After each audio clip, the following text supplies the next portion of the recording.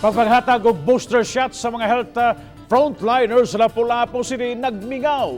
Schedule sa trabaho ang usa sa gitumbok nga hinungdan. Si Luan Mirundina adunay live report. May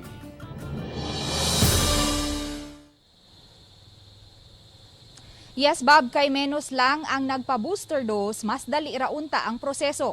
Apan milan at hinuon og pipila ka oras ang pag-administer sa booster dose, kay gikinahanglan mga tag-unom ang dungan nga mabakunahan, kay Pfizer lang ang available nga brand.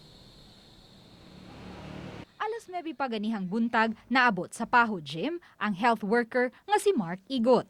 Apan alas 11 na sa buntag siya nabakunahan. Gipasabot sa vaccinator nga si Alex Astorga nga Pfizer lang ang available nga pang booster dose, busa gikinahanglang tag-unom ka mga tao ang dungang mabakunahan matag batch. Ang atuang usa ka vial need niya og kanang at least 6 na person, makakater sa unong ka person. Dili man ta ma-open og kanang vial kung wala pa sure na 6 na person kay naay mabilin na vaccine, so sayang. Zero wastage policy man good sa. Kay buot naman ni Mark nga makadawat na og booster dose, niantos na lang siya og huwat. Mga siguro hapit na mo 3 hours or batali anang akong banabana na kay nagpaabot pa lagi mi nga makumpleto. Pero may gani na naabot usa nga nindot kayo i-celebrate ba nga nakumpleto na mi makauli ng taon mi. Usa sa laing rason nga nakita sa taga-local vaccination operations center kung nganong menos ang mga nagpa-booster dose mao ang schedule sa trabaho. Ang atong gitanaw, ang uban nag-duty tingali. But sige lang, we are still open to kung ano sila na day off.